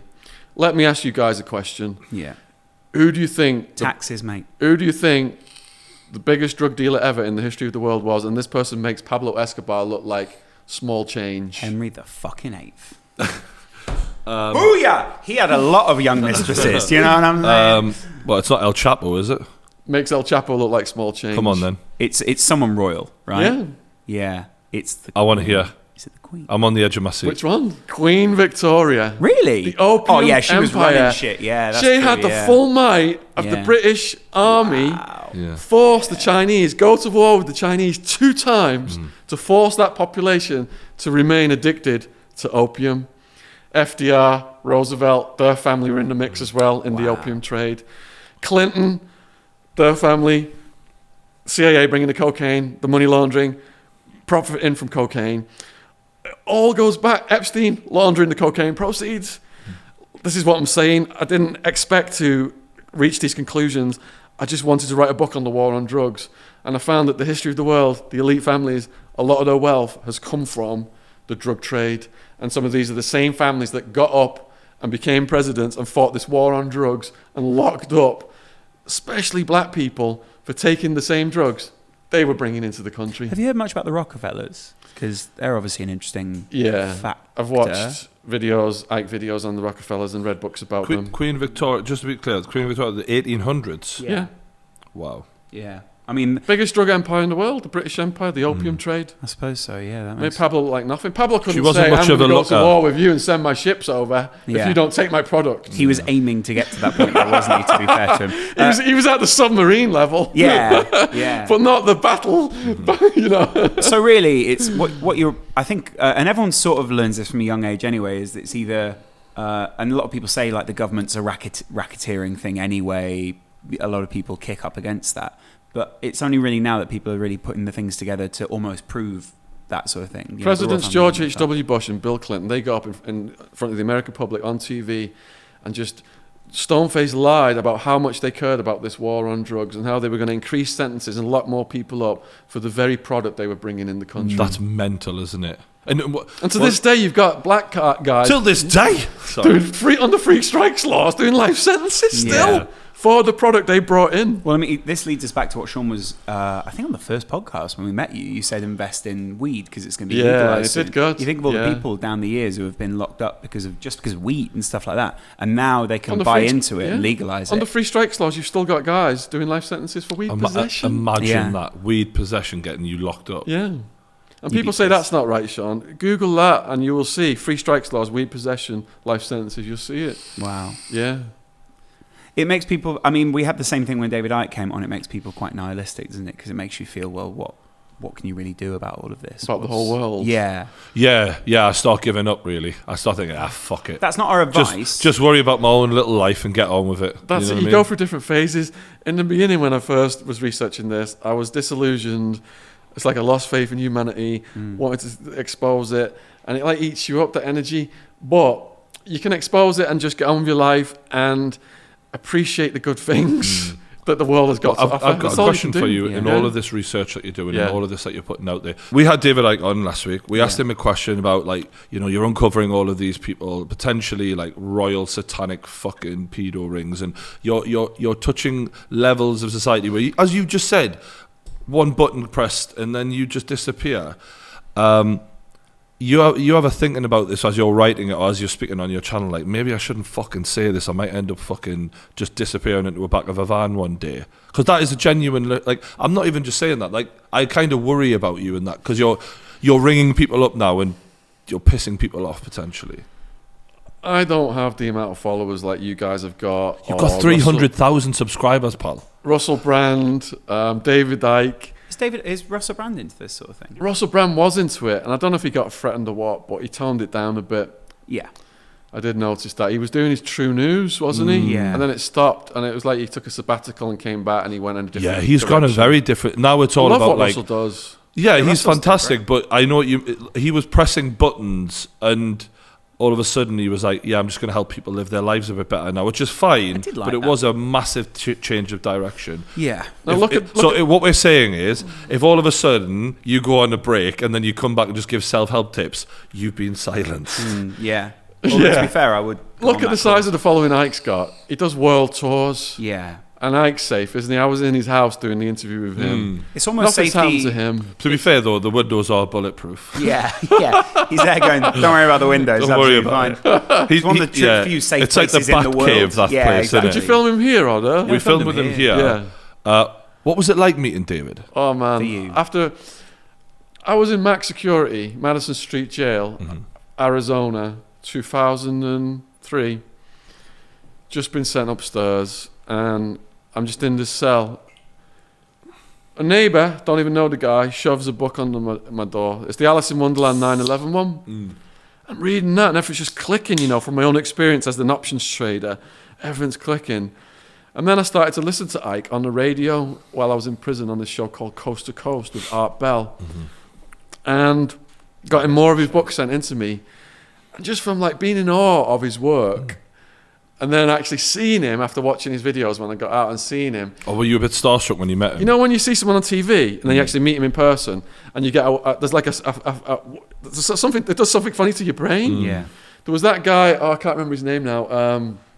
He was the villain in the Rambo movies that was trying to kill Sylvester Stallone. And when I saw him, I was like, you know, because this guy tried to kill Rambo. I was scared. I got that reaction. So when I saw Ike, I did get the reaction a little bit, and when I was talking to him, you know, I could feel him like he was warming up. But by the second hour of the interview, he was on fire. Yeah. He was completely lit up, and I just felt this really good chemistry with him. Like we could have just talked for hours. He was very clearly found a kindred spirit in you, and I thought it was a really sweet interview because it's clear that you two have got a mutual self. Well, you're both researchers. Yeah. You both, and it takes a special kind of person to spend the length of time that you would just absorbing that kind of information. Just absorbed all of his work prior to the interview, and at the end when we hugged for a long time, and I felt felt the warmth. He's got a nice hug, actually. Oh, he's a good guy. Yeah. But here's my question, because I know you probably agree with him on 9/11, etc., etc. But a lot, and when we first say, "Oh, you've had David Icke on," I'm sure you got the same thing of lizard people guy, like that thing, because that's the headline that everyone goes with. What is your opinion on that theory? Okay, we are all complex sets of beliefs and theories and understandings. And if you look at the genius of the world and what they've said and how people look up to these people and think, yeah, this guy said this theory and it's brilliant and it stood the test of time. And if you look at all of the other things they've ever believed, you're going to find things there that are diametrically opposed to what you believe. So, do you then dismiss what somebody says because you don't believe with a fraction of what they've said? You can't do that, otherwise you dismiss everything, all knowledge that would ever come down throughout the ages. Exactly. So I believe in, I'm completely open-minded when I go into an interview with someone. I believe in steering that in the direction of the things that I'm interested in, that I believe in myself or that I'm researching. For that reason, I never asked him about it. I just left it because I thought there's so much real hard facts that he's got to deliver, and it's not the...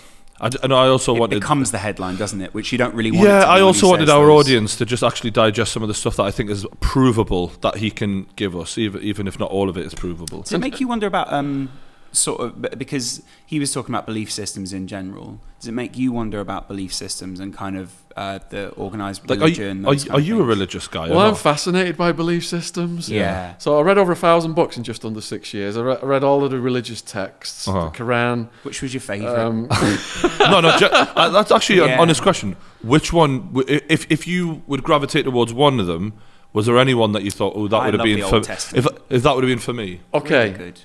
This might be a cop-out, but I'm an observer. I don't subscribe. But you must get pleasure from some of your reading. What surprised me what gave me pleasure was noticing that all of the same characters and all of the same stories were in all of these books. The themes are the same. You've got the Immaculate Conception has been going for everywhere. thousands of years. The The flood has Jesus been going for stories thousands of years. They're all just passed down to whatever religions the leaders of that age want to indoctrinate society into. So do you ever, because I was telling Brian about the documentary Zeitgeist that was online for quite a while. That. And that for me was like the first time I ever got into conspiracy theory sort of thing. Yeah. But in that they talk about around the world, all the Immaculate Conception story is told in every society, everywhere. So Jesus isn't really very original in that sense. He even looks very similar to, I'm pretty sure I was watching a program where there was a society that came before Christianity who had the exact same looking deities. I guess, So anyway, back to what you have got, because we're useless. What did it make you think reading all this stuff? It blew my mind as someone who'd been raised in a Catholic school and been told that this was fact, that all of these characters were in all of the same religious texts and were worshipped by the religions predating Christianity. So I thought to myself, okay, a lot of the religions say you've got to believe this, otherwise you're not doing the right thing to get to heaven, or something to that effect. So if, let's say there's like 10 major religions and they're all saying we're right, even if one of them's right, 90% is wrong. So I'm just an observer, and I'm not trying to disrespect religion here, because there's good and bad in every belief system. That's what was my end conclusion. Look at all of the good work of Mother Teresa. You know, I know people who are priests who do brilliant work, even though I've watched The Sins of My Father and all these other docs about the Catholic paedophiles. So I try and focus on the good in people. I try and focus on the good in religions. I try and focus on the good in belief systems. It does make you wonder how much of it's sort of begin to be used for these kind of ends of people like Epstein and people at the top. And because religion's changed a lot, it's probably faster than ever over the last 150, 200 years as people have mixed more, or there's not, as people, this is probably the age where people have mixed most and absolutely culled the other people around them the least. So in the past, if we'd gone to another country, we'd have just killed them all. We wouldn't have gone, let's help them rebuild. We'd have just gone, they're all dead, that's ours now. Well, I mean, there is still a lot of that going on, but yeah, it's get what I'm less saying? than it's we're more accepting of other cultures than we've ever been. I mean, fuck me, just coming to London was an experience for me. Do you know what I mean? That is. I was like, wow, this is like another country compared to Newcastle. But what is happening now is it does feel weird. Like there is, they are trying to change what religion is doing now, rather than make it a vehicle for good. It's starting to become a bit more of a political device. It's starting to become. It's always been social control. Yeah. So when I say religion is good things, like I saw people come to prison, they got big sentences, they're suicidal, and they click up with the Christian crew. They find God, is that what they say? And that prevents them from killing themselves and gives them a purpose in prison. And then gives them a group to belong to and feel part of something. But then on the dark side, I had met a guy in prison, he was from a wealthy family, he was the black sheep, and he was the black sheep because he'd been molested by a Catholic priest. And he showed me all the legal paperwork on this case. And in the Tucson area where this happened, the Catholic Church basically had a house on every street because older people were still leaving their properties to the church in the belief that they would get a place in heaven, or the church was encouraging these people to go to Catholic I'm sorry. I love the fact that they go, well, I'll just leave it to the Catholic Church because then they'll reimburse us when I can on the other side. I'll give them this day and then I pick up on the other side. That's the opposite of what Jesus said. And the Catholic Church was encouraging them to go to Catholic care homes to spend the rest of their years, but in the meantime signing over the house to the Catholic Church. Yeah, that was the 11th commandment, wasn't it? So sign your house over and you'll get one in heaven. Yeah, that doesn't. I'm sorry, it's very hard to not laugh. Have you watched Sins of My Father? It's about the paedophile priest. I haven't seen it. So they tell the victims that we are going to discipline this guy, this will never happen again. And all they do is move him 20, 30 miles away. Yeah. And the families are letting him into his home. He's a Catholic priest. He's not going to harm our kids. And he's molesting little baby-age kids and stuff like that. Oh, God. Okay. Hundreds of victims. Yeah. Fucking hell. Hey, Brian, can you describe your style in one word? Probably powerful. I like powerful. Powerful is a good word for you. But a lot of people out there don't have a word. It could be casual, sophisticated, maybe playful. That's where stitchfix.com. We can just leave that in. That's where stitchfix.com/true comes in because we can help you out along with Stitch Fix. These guys are basically personal stylists online. Right. They look at what you've got, they look at what you want to be, and they go, guys, we can help you out. Well, basically, you can go on the website and they go, this guy might like this, but there's no minimum commitment. Is it like Pinterest, but for clothes? Kind of, except they're actually sending you stuff in a box. Oh my God. Yeah. Pinterest don't do that. Yeah, It's actually good that they don't do that because Stitch Fix have stepped in.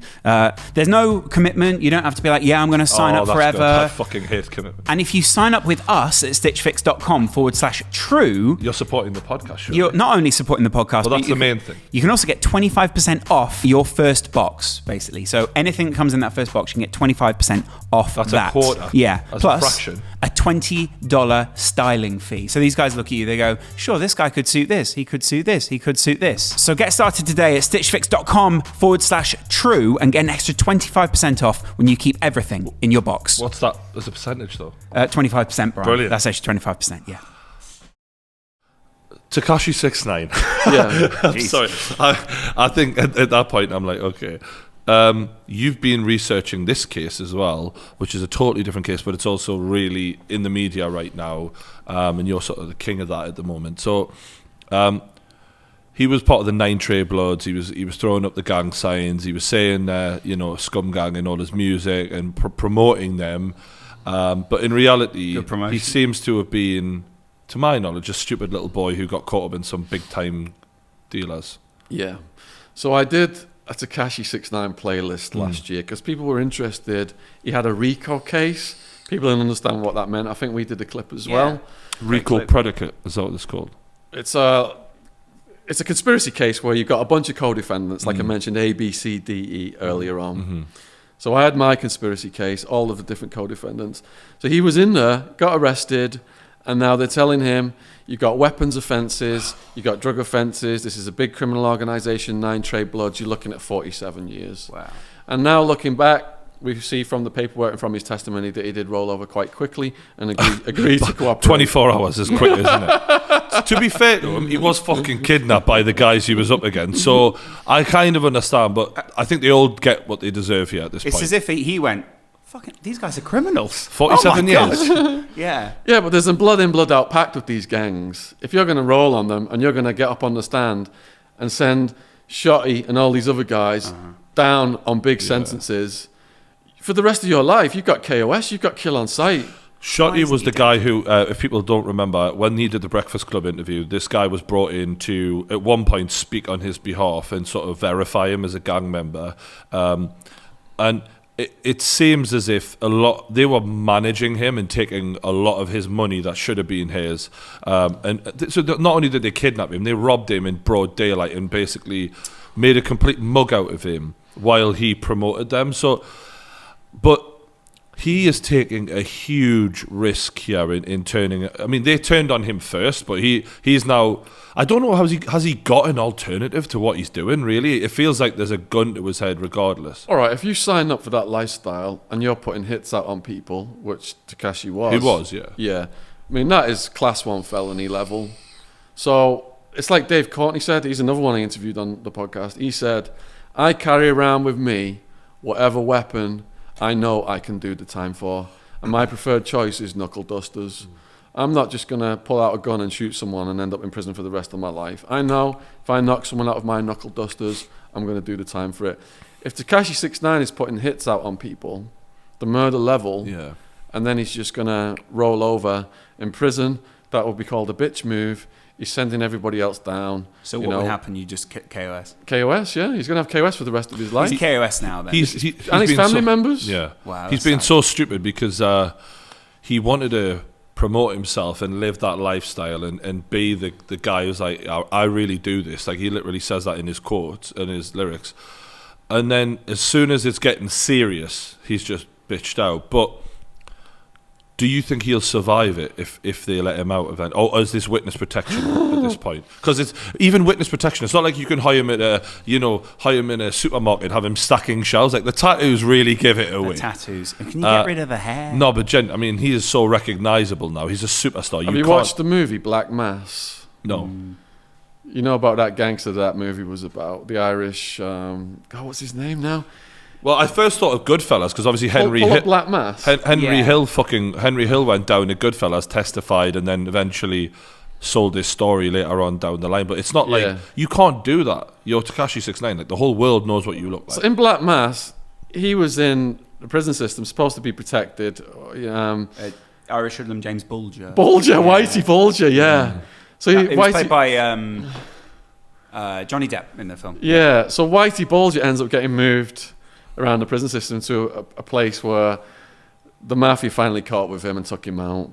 So I don't know how strong and how tight the 9 Trey Bloods are across the country and how far their tentacles reach. But if he gets put in witness protection, for example, they weren't like he's bloods. got all these tattoos on his face. How's he going to hide? Yeah, they weren't bloods in the sense of like West Coast bloods though. It was like the New York. It was a specific sort of. It seems quite a small group, but it's a prison gang, which is heavy. Yeah. Because the people running the prison gangs are the people perhaps doing life for murders and stuff like that. They don't play around. They've got nothing left to lose. Really. Yeah. But he's got nothing left to lose, and he took the alternative. Well, he was fucked. Like, it was either life in prison or snitch and have some sort of life. All right, they say it's life in prison in the beginning, but then if you all hang tight and have a united defence, like we discussed in the other clip that we did, the prosecutor in the beginning is saying, you guys all are facing life because they know domino effect. If one falls, they all fall. Like that was what happened in Sammy the Bull's case a couple of years before mine. All 57 agreed to cooperate. In my case, everybody hung tight. Only 4 agreed to cooperate out of 100, and it wasn't enough. So, I accepted that and signed for 9.5 years on my plea bargain and did my time. I got on with it. They've got a lot of evidence on 6ix9ine. That's the one thing they do have in. And you're saying if they hang tight. If they had hung tight, I think Takashi 6ix9ine could have got it down to anywhere from 5 to 20 years, and he wouldn't have had to do that whole amount. Right. But the one thing is, to be fair to the guy, one of the main reasons is they fucking robbed him blind and they kidnapped him and beat the fuck out of him pretty much, it seems like. So he seemed scared. All right, so I had people in my organisation who testified against me, and people said, look, aren't you mad at these people, etc., for doing these things to you? And I said, no. I take responsibility for choosing my association with those people. That was my decision. So whatever consequences arise after I make that decision, that's on me. Yeah. He chose to be in the mix with people he knew were running a drug gang and conspiracy to murder operation. So he's got to accept the He's responsibility acting like for a his child. choices. He's 23, but he's acting like a child who just has not thought through any of this at all, and now it's getting real, and he's like, "Fuck this."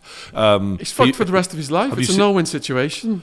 Do you think he can ever get out and remake music and go back to that? All right, because so- he's pointing the finger a little bit at Cardi B, and he's pointing the finger a lot at. Do you remember Jim Jones? Yeah. He's really just said like he was the fucking retired rapper. He literally just released an album. And all right, so there was 2 co-defendants that didn't sign plea bargains that went to trial that caused Takashi to have to get up in court and give testimony under oath. He's already cooperated against all the others. They've signed their plea bargains on what he said on the record with the cops. So by doing that now, you know, he it's KOS snitch category for the rest of his life. There's no coming back from that. But Henry Hill, for example, and we're talking real mafia. We're talking like the mafia. He snitched on everyone. For those who don't know, the guy who Goodfellas is about lived the rest of his life out. They never came from. Yeah. So They only just got Whitey Bulger, and Henry Hill was a low-level associate. yeah, but he sent a lot of them down though. That was one of the things. Like, you know what I mean? So Yeah, but look how long it took for him to catch up with Bulger. Yeah. Sammy the Bull, they've not caught with him yet. He's back out now. He got released. and you had contact with him. Didn't He was you? my competitor in the ecstasy market. Uh-huh. His people took my top sales guy. They enticed him to a nightclub in Scottsdale under the pretext of doing a drug deal and knocked his teeth out. Sammy the Bull's son told me in prison he'd been dispatched one night to kidnap me from a nightclub and take me out to the desert. So Sammy the Bull, he sent down John Gotti, the Teflon Don, and hundreds of other people he testified against. Because I ask you questions like, are you not worried that you're going to be have a hit put out on you? And I totally forget that you've lived a life that is full of risk. Yeah. Like I almost divide Shaun from that life to Shaun now as the YouTuber. Yeah. And I forget that like you literally did 9 years. Yeah, it is kind of funny because a lot of YouTubers are just sort of like, you know, they put out their little social hits on people. They try and cancel people. I think we put Shaun in that category weirdly, and then actually though Shaun's lived a lot of life before that, which has been similar fun. to myself. You've had a real life, and you've actually had even one of the few people I've met who've had more of a life than I have. Even. Well done, Shaun. And for the record, I hate those cunts who try and cancel people and stuff. But I'm on good terms with everybody. I'm on good terms with the G-Dog and the New Mexican Mafia people. Yeah. Have any of them reached out to you from the past? Yeah, G-Dog has reached out. G-Dog was the guy who took me over to meet his brothers, and they had my back because we protected G-Dog. I believe I told you that story where he pulled out the cop on the gun. Did I tell you that one? Yeah. The cop walks in the house, I can smell weed, nobody move, and G-Dog's like, the only one who's not moving is leaving is you, motherfucker, and we all run off into the night. Yeah. Fuck's sake. And I just met the guy. Yeah. He jumps into an apartment nearby that we've got, and because we protected him, he says, me and my brothers have got your back. Go over to the brother's house, they've got the rocket propelled grenade launcher on the TV, and a guy who's on a killing spree swings a spoonful of coke in my face, says, snort this, you know, because they want to see if I'm an undercover cop or whatever. But a couple of years later, they're all headline news at that house, all busted, all their photos, heads of the New Mexican Mafia. And it was G-Dog who had my back then. He was one of my bodyguards when I was doing the rave stuff. And G-Dog is still in touch. There's no beef there. There's no threats. Sammy the Bull's people, they've gone to Hollywood with mob wives. There's no threats there. So I don't burn my bridges. I've not testified against anyone. And these people, you know, don't view me as a threat. However, anyway. since then, the way you tell your story could be perceived by some bad people as snitching, because like there's song lyrics where rappers have said shit which is be like 50 Cent had a song where he said things that had happened and people said, yo, he snitched because he said things. You're doing a form of art right now where you're telling your story and implicating people and saying what happened. That could be taken badly. If you go into the prison system right away, paedophiles are KOS, kill on sight.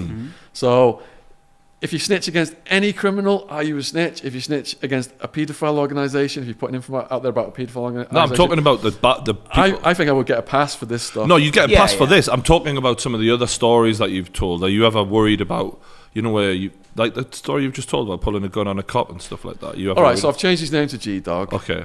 Because he's not going to get in trouble for His any name's of this. Gregory Dog. All of the stories I've told... Names have been carefully changed. So I'm just checking. Wildman throws the real names out. That's the problem. Yeah, when Wildman was on, that was an interesting edit. Yeah, but a good one. How long have we been going now, Rovin? An hour and 45. Yeah. All right. Okay. I've got a question for you guys. Then. Yeah. Shoot. Not literally. Though. When you interview a person, do you get huge backlashes? When you interview certain people, like people start threatening you guys just because you've interviewed that person. I remember threatening. When we first what do you mean by started- threat? Just to clarify, what do you mean by threatening? Like someone's come on who's controversial, for example, Yeah. and has got a belief system different to you guys, maybe. Yeah. And then people are saying, "You fucking giving this guy a platform." Blah, blah, blah. Yeah, we had that with Bill Zarian. Do you know what else we had? Do you remember early on when we got some of the drug users on? So we had a friend of yours who was a heroin addict. I forgot his name off the top of my head. He was the West Ham lad who... guy went into schools, the leg. He does a lot of school talks as well. I'm sure you've met Paul him. Hannaford. That's the one. Hannaford. Yeah. What a lovely guy he was. But I think we had a few people saying, "Oh, you're glamorizing drug use or whatever." We got told that we were a portal. A portal to drugs? A gateway to drugs. A gateway to drugs. Yeah, those kind of things. I mean, of course, getting maggots in your legs. Well, Really going to want you want to of go. course, everyone gets that But shit. I guess. after a while, I think people realise. So we always use this as an example. Like when we had what's the fucking guy who came on, the comedian who was on Snapchat, idiot, dickhead, Essex guy, Dapper Laughs. I like that. I quite liked him, but he was a bit of a dickhead at the time. He's done some dickhead things since. I'm sure he's a lovely guy. I think ultimately he's all right inside. Yeah, I'm sure. You know what I mean? Yeah, we went for dinner with him afterwards. He wasn't. He's all right. He's all right. Anyway, I think he might be fighting on that MMA thing. Fucking hell.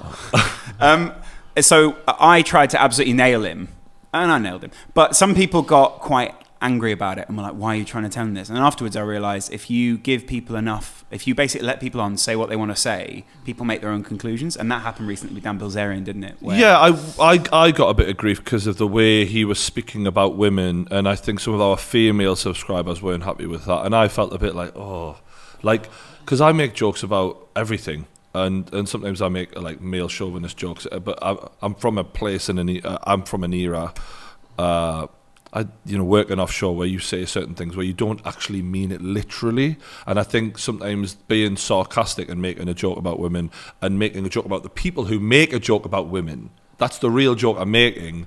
Sometimes gets lost with some people, and they're like, "Well, you said this," and it's like, "Yeah, I was actually doing parody of the people who would say that." I felt like watching him. He did come off a bit cold. Yeah, and they blame you, the interviewer, don't they? I don't know. I mean, I'm sure you're aware of it now. You're doing a lot of interviews yourself, mate. Is that the one thing?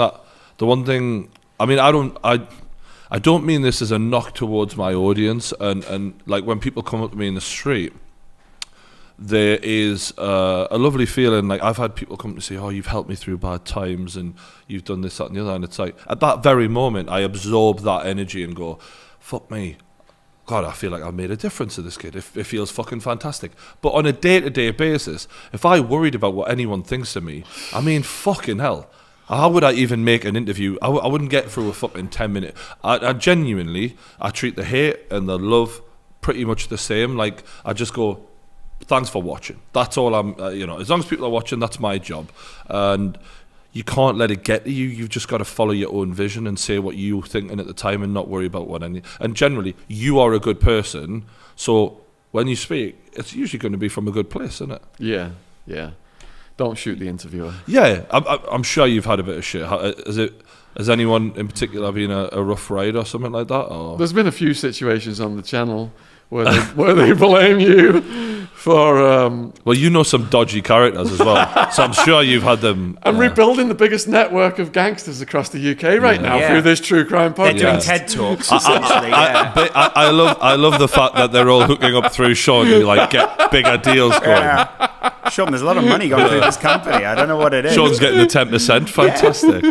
I mean, in general, I think platforming and deplatforming and all that is probably not a very effective way of looking at it. You're hitting a level of fame right now where you're hitting like heading towards 300,000. Is that right? Yeah, thanks to you guys, man. No, yeah. and it's thanks to all the videos that you're in the graph that you're doing, because I've seen YouTubers who I think if you just put the work in, you'd be out of sight, and they don't put the work in. You are putting that work in.